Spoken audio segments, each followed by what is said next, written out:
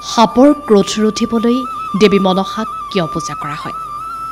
নমস্কাৰ, সকলোকে সুপ্ৰভাত জনাই আৰম্ভ কৰিবলৈ লৈছোঁ আমাৰ নতুন তথা ব্যতিক্ৰমী অনুষ্ঠান জীৱন মাধুৰী।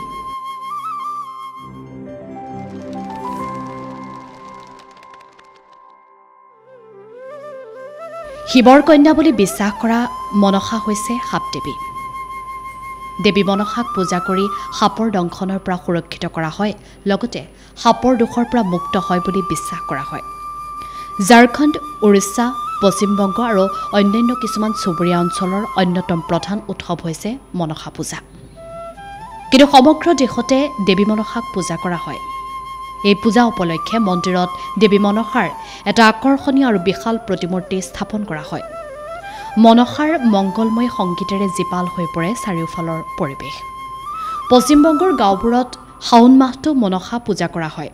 পূজা উপলক্ষে পৰিৱেশন কৰা হয় পালা গীত। কিছু ঠাইত মনসা পূজা উপলক্ষে হাঁহ বলি দিয়াৰ এক পৰম্পৰাও আছে। চৈতন্য ৰজাৰ সময়ত মনসাক মাতৃ দুৰ্গাৰ আন এটা ৰূপ বুলি গণ্য কৰা হৈছিল। গতিকে কিছুমান ঠাইত এতিয়াও মনসা পূজা উপলক্ষে বলিদান দিয়াৰ প্ৰথা প্ৰচলন আছে। মা মনসা হৈছে সাপ দেৱী, শিৱৰ কন্যা, বিষৰ দেৱী, কাশ্যপ আৰু নাগমাতাৰ কন্যা হিচাপে গণ্য কৰা হয়। সাধাৰণতে বাৰিষা কালতে মনসাক পূজা কৰা হয়, কিয়নো এই সময়বোৰত সাপক অধিক সক্ৰিয় হৈ থাকে, অৰ্থাৎ সাপবোৰ অধিক সক্ৰিয় হৈ থাকে। নাগপঞ্চমী, শাওণৰ সংক্ৰান্তি, ভাদ মাহৰ সংক্ৰান্তি আৰু আহিন মাহৰ সংক্ৰান্তিৰ দিনা বাংলাদেশ আৰু উৰিষ্যাত মা মনসাৰ পূজা কৰা হয়। বিশ্বাস অনুসৰি দেৱী মনসা হৈছে ভগৱান শিৱৰ মানস কন্যা। একে সময়তে পুৰাণত কাশ্যপ ঋষিৰ মনৰ পৰা জন্ম হোৱা বুলিও উল্লেখ আছে। কিছুমান গ্ৰন্থ অনুসৰি ভগ্নী হোৱাৰ ইচ্ছা পূৰণৰ বাবে ভগৱান শিৱই নাগৰাজ আৰু বাসুকীক দেৱী মনসাক উপহাৰ দিছিল।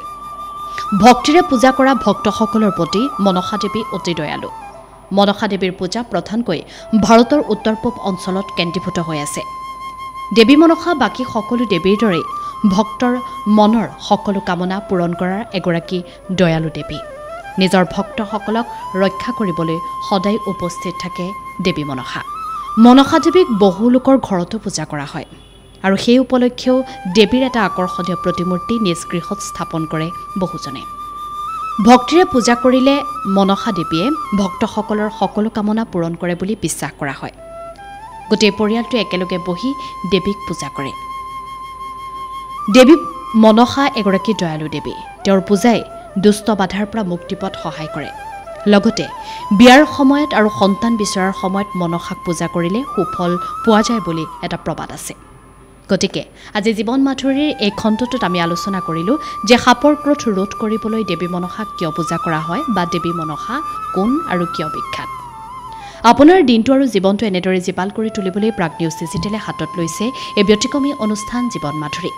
গতিকে প্ৰতিদিনে পুৱা 7:30 বজাত প্ৰাগ নিউজ ডিজিটেল পেজত চাবলৈ নাপাহৰিব আমাৰ নতুন তথা অনন্য অনুষ্ঠান জীৱন মাধুৰী।